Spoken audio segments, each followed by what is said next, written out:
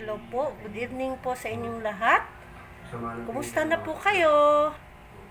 So, andito po tayo ngayon sa oras natin ay 5 to 7 na po. So, after po ng ating okasyon na nakalipas, Pasko at saka bagong taon po, ay ito po tayo ngayon. Ito na po ang nagiging resulta sa ating pagpupuyat at sa ating pagkain ng mga iba't ibang pagkain po sa ating handa. Lalong-lalo na po sa pagpupuyat po sa Pasko at saka sa bagong taon. So, ito na po. Medyo nagkasakit po tayo ng 3 days. Pero sa ngayon po, okay na po. Pero medyo po may konti pa pong may konti pa po tayong sipon. Kaya po tayo ay nakasuot ng face mask. So, pasensya na po. Iwas na lang po tayo. Siyempre po ang ating pamilya. So, andito po. Naka-face mask po ako. So, ngayon po ay naka-ready na po tayo para maghanda para sa pagkain ng ating pamilya, para sa hapunan po. So, ngayon po ay magluluto na po tayo muli ng ating ulam. At bago po tayo magluto ng ating ulam, ay magsaing po muna tayo dahil yung ating sinaing kanina po ay alanganin na po. So, punta na po tayo sa ating lulutuin.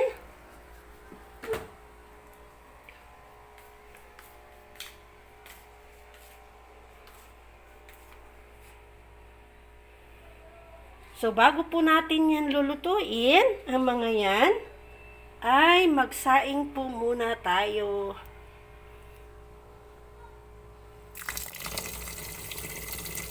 So, kaunti lang po yung sasaingin ko dahil po ay may kanin na po kami, bali dagdag na lamang po ito.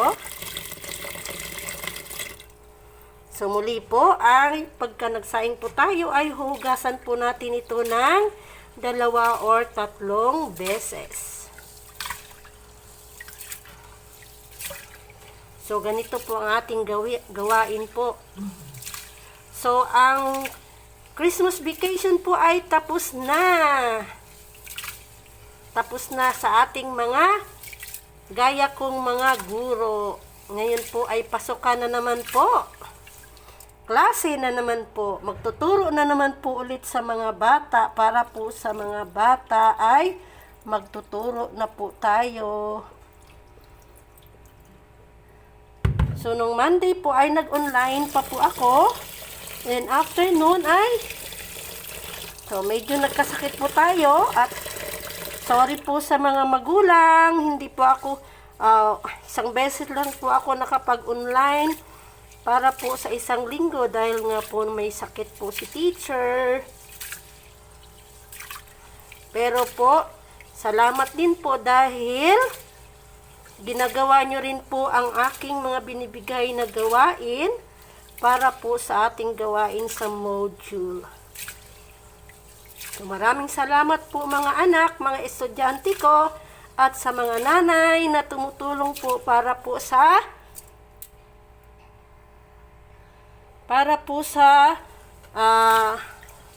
pag-aaral ng mga bata at sa mga anak nyo po. So, ito po ay pangalawang hugas na po. So, pwede na po itong isasalang. Sabawan na lang po natin.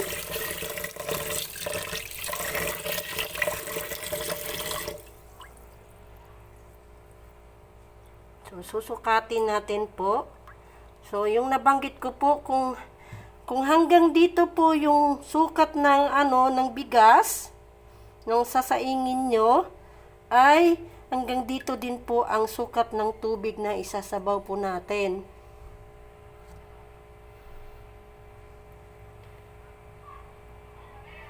Okay, so hanggang dito po yung bigas. Ayan, so susukatin ko po yung tubig ay kailan hanggang dito lamang po para tama po pag naluto siya. Hindi basa, hindi rin po alanganin sa tubig.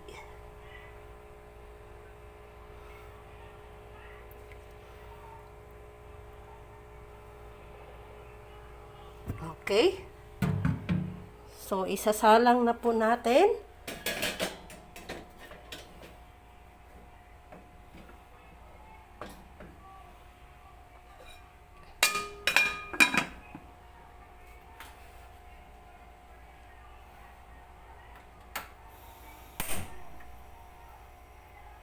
Ayan, naisalang na po natin ang ating sinaing. Ngayon po mga kaguro at sa mga nanonood, ang aming uulamin ngayon ay bangus. Ang lulutuin ko po ngayon ay sinigang na bangus. Ayan po. So, andito po ang ating mga kailangang sangkap. Siyempre, ang ating bangus. Ang kangkong po. Isang taling kangkong. Yung ating dalawang talong. Okra. Radish. Kalahating radish. Yung ating kamatis. Dalawang kamatis. Siling mahaba para po sa sinigang or pansigang na sili. Ang ating sibuyas, balat na po.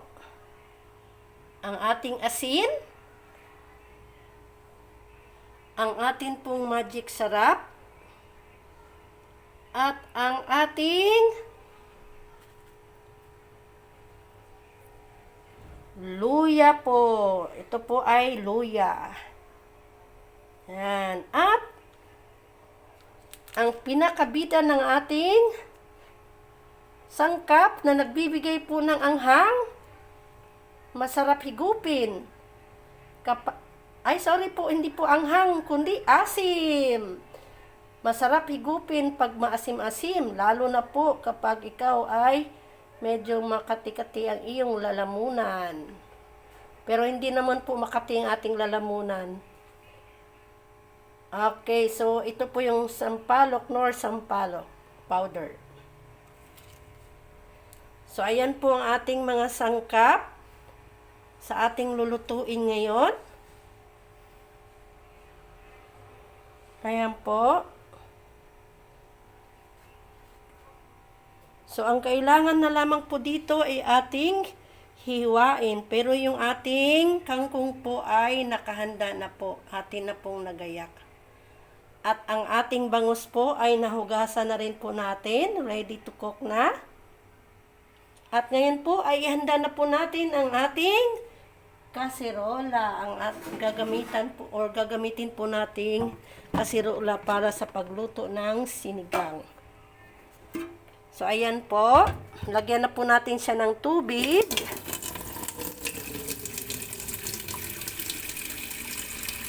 So, ang isasabaw po natin ay tansyahin lang po natin. Walang sukat po ito. Depende sa inyo kung gaano kadami ang inyong ilalagay na sabaw. So, ang ilalagay ko pong sabaw, siguro po mga kalahati dito. Kalahati ng kaserola.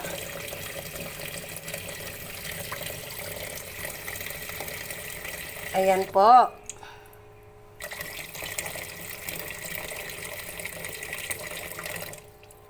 So, isasalang na po natin ito.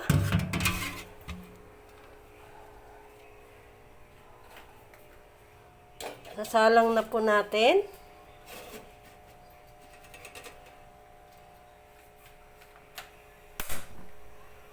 Yan. Tapos ngayon po, lalagay na po natin ang ating kamatis. Pero bago po natin lalagay ay syempre po hindi pa to hiwa.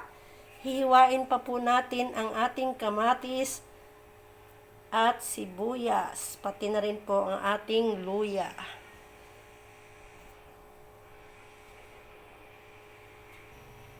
So ito na po. Hiwa na po ang ating kamatis, sibuyas at ang ating luya. So, ilalagay na po natin dito sa kaserola. So, unahin natin ang kamatis.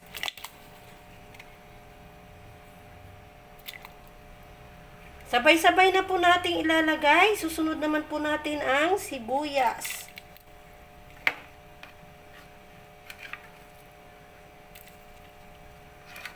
Yan po. At isusunod din ang ating luya. Yan po. Bakit ko po nilagyan ng luya? Para po ito ay pampaalis po ito ng langsa ng isda. At pagbibigay din po ng bango at sarap ng ating sinigang. So, pakuluin lang po natin ito. So, habang mag-aantay tayong kumulo, takpan po muna natin at ating gayakin ang mga gulay. So, ito po.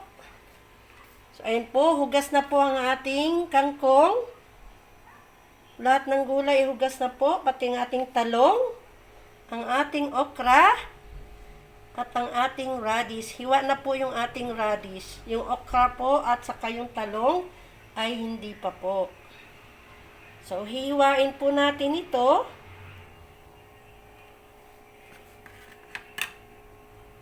Yung ating okra.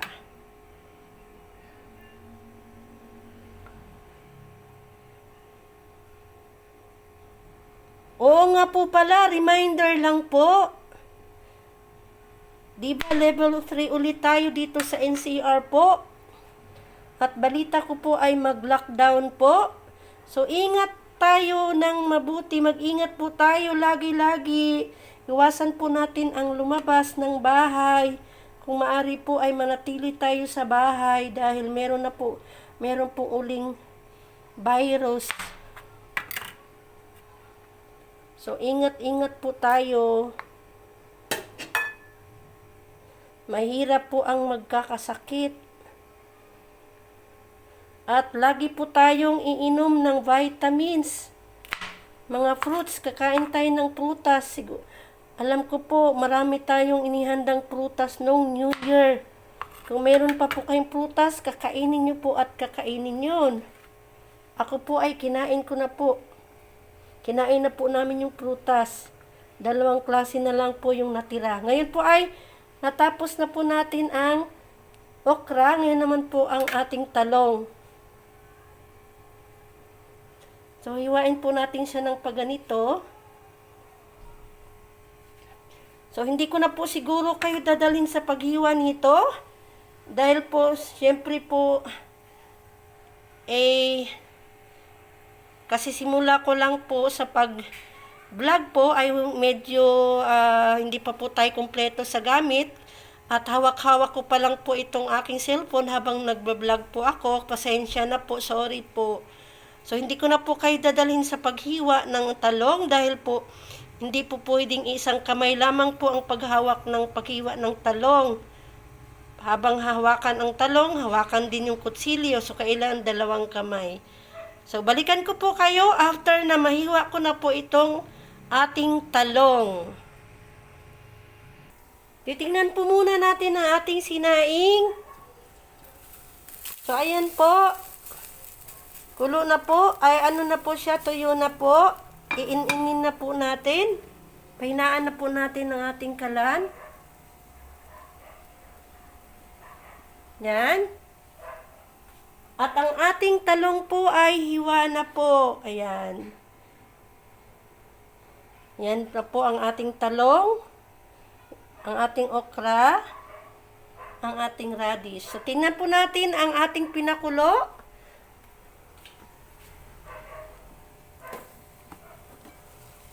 Ayan po, kumulo na po. So, dahil kulo na po siya, dahil kumulo na po, ay atin na pong ilalagay ang ating bangus, ang ating isda.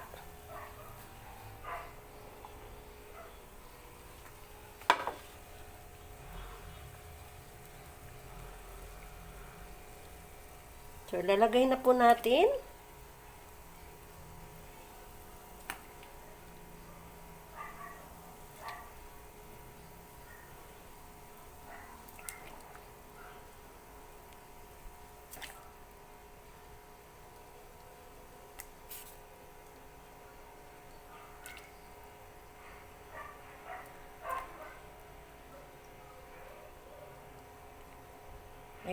nailagay na po natin. Ngayon po ay dahan-dahan nating hahaluin para po maanuhan po siya sa pinakulong tubig. So, ayan na po siya. Ayan na po yung ating bangus na ilagay na po natin sa pinakulo nating tubig na may luya, kamatis, at saka sibuyas. So, ngayon po ay takpan natin ulit. Maya-maya po, kapag medyo ano na po yung ating bangus at kumulo na po siya ulit, maaari na po nating ilagay ang ating radish. Ayan po.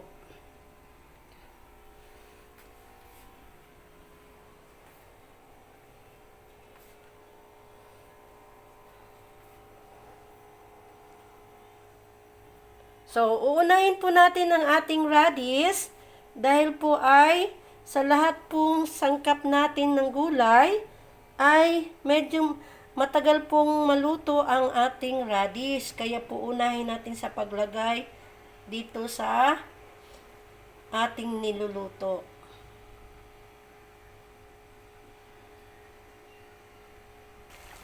Ayan po, kulong-kulo na po siya. So, bago natin ilagay yung radish, ay titimplan po muna natin ito ng asin.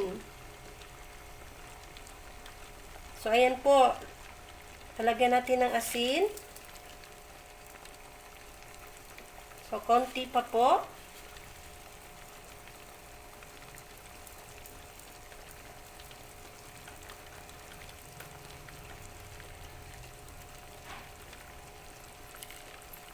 Ayan po. At haluin po natin, dahan-dahan lamang po sa paghalo dahil po baka madurog po ang ating bangus. Ayan po.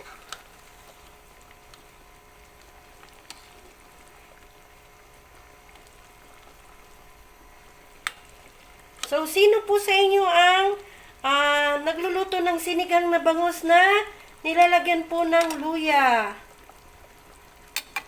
Yan po, ako po ay naglalagay ng luya at minsan naman po ay hindi ko po nilalagyan. Kasi po, minsan po ay hindi type ng aking anak. Pero ngayon po ay nilalagyan ko po ng luya.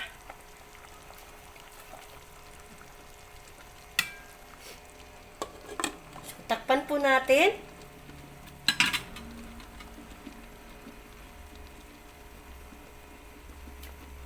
Okay, ngayon po ay tunaw na po siguro yung ating asin. Siyempre, lalagyan po natin ang ating radish. So, kukunin lang po natin ang ating radish. Yan po, ilipat lang po natin dito sa ating plato na nilagyan natin ng kamatis at sibuyas. Yan po, mayroon pang siyang ano ng kamatis. So, lipat lang po natin dito. Medyo may shadow po yung ating camera.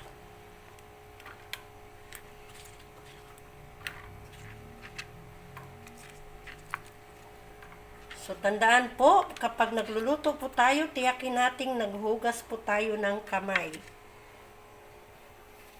So, ito po, ilalagay na po natin dito ang ating radish.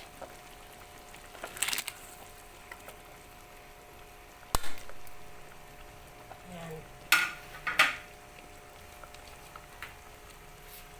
So, kunin lang po natin ang ating sandok. Ayan po yung radish.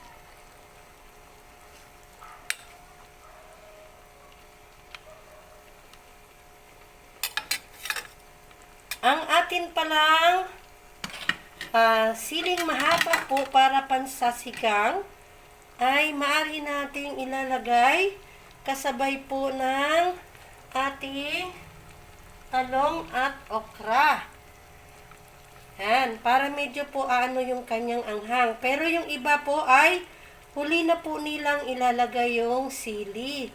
Pero ako po ay nilalagay ko na po sa bago po ilalagay po yung kangkong, O, unahin po muna yung okra at saka yung talong. So, isasabay ko na po yung ating sili. So, takpan po natin. Antayin natin na lumambot po ang ating radish.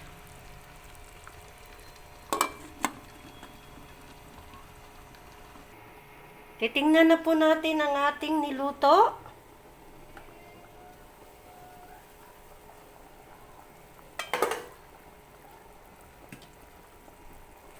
Ayan po. Nungkulo na po siya. Yan na po ang ating bangus. Yan. Ang ating bangus. So, medyo ano pa po yung ating radish. Konti pa po. So, siguro po mga after 2 minutes, pwede na po nating ilagay ang ating talong at saka ang ating okra. Kasabay ang ating sili.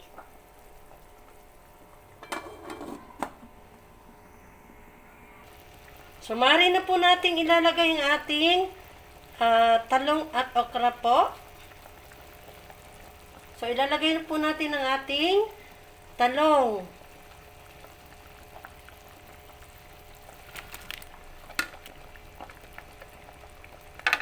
At ang ating okra at sili. Yan. Sasabay na po natin.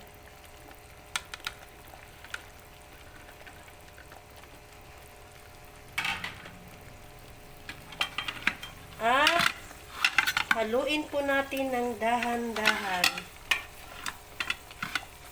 Dahil lang po, malaglag po ang ating takip. Yan po.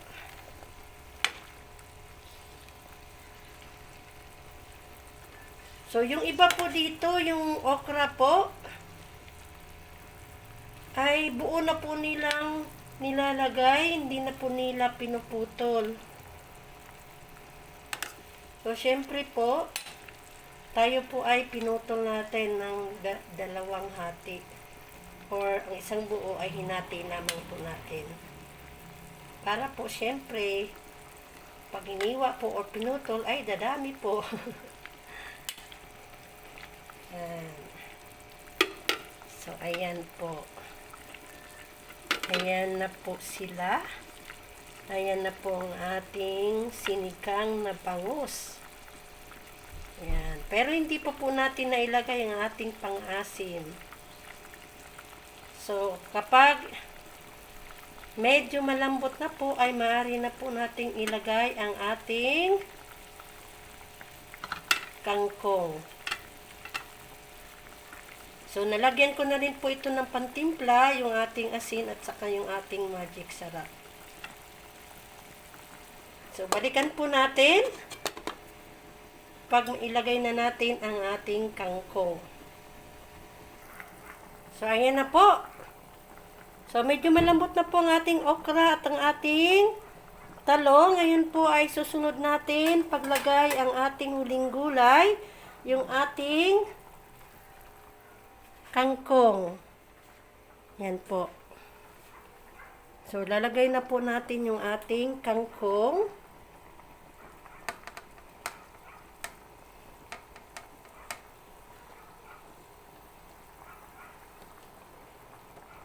Ayan po.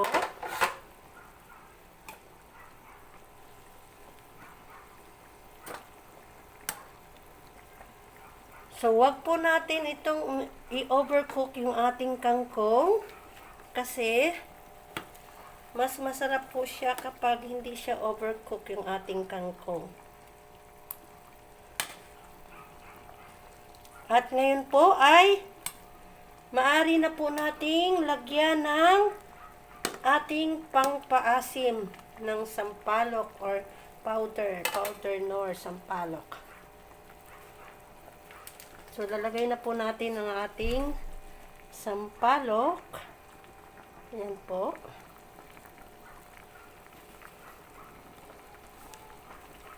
So, uubusin po natin yan. Tama lang po yan. Kasi maliit na pack lang po yung binili ko. para sa isang lutuan. So, sa ganitong pack po ay tama lang po sa akin sa asim. Isang lutuan po. Depende po kayo po kung gusto nyo po na mas maasim pa po ay nasa inyo na po yon. So, ito po yung niluto ko po ay pampamilya lamang po. Para po sa aking pamilya at share sa kapatid, sa aking ate. Meron din po akong kapatid na bunso. Pero medyo malayo po sila. Nasa ibang barangay po sila ng sakop ng Valenzuela. At kami lamang po ng ate ko ang magkalapit. Magkaharap lang po yung aming bahay. Kaya po pagka may niluto po ako, ay share po sa ate. Sharing po lagi. So ayan po.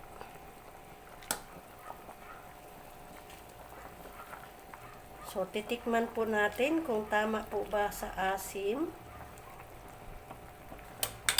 So, gamit po tayo ng kutsara. Wag po yung ating ginamit na sandok.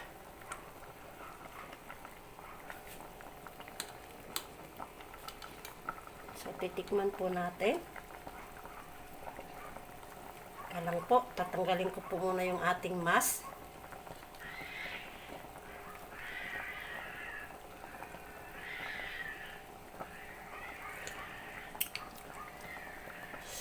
Ayan po.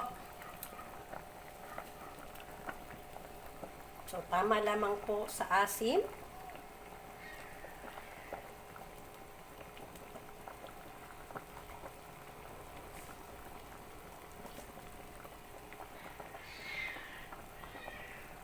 So, dagdagan po natin ulit ng konting asin.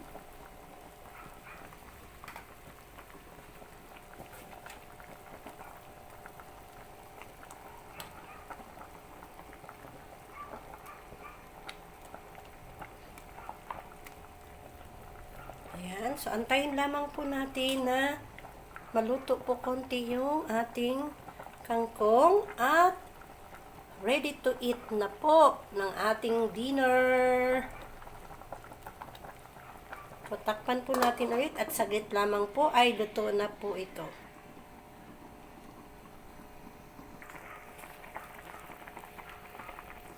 Ayan po, luto na po ang ating sinigang na bangus para sa ating hapunan. So, ayan po ang ating sinigang na bangus. Ready na po kayong makihigop ng sabaw sa amin? Halina kayo. Higop na po tayo ng sabaw ng sinigang na bangus. Ngayon po ay ating ihanda na po ang ating lagyanan ng ating sinigang na bangus. Saglit lang po at ihanda ko po ang ating lagyanan.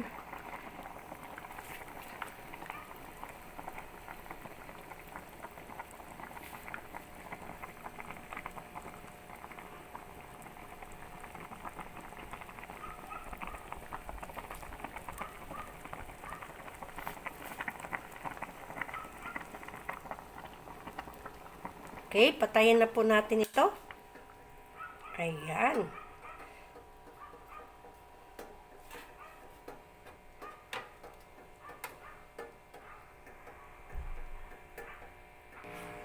Ayan na po ang ating sinigang na bangus. Ayan na po ang ating sinigang na bangus.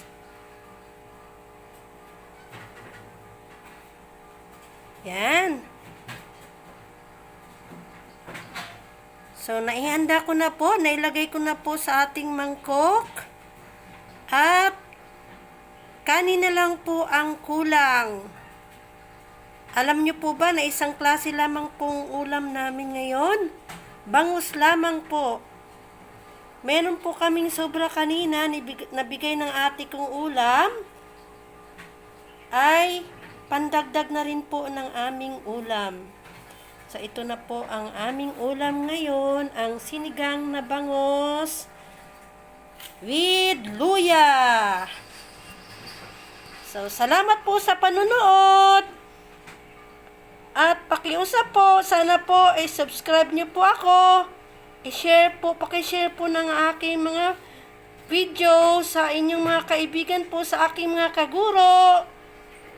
Maraming salamat po sa panunood. And mag-ingat po tayo lagi.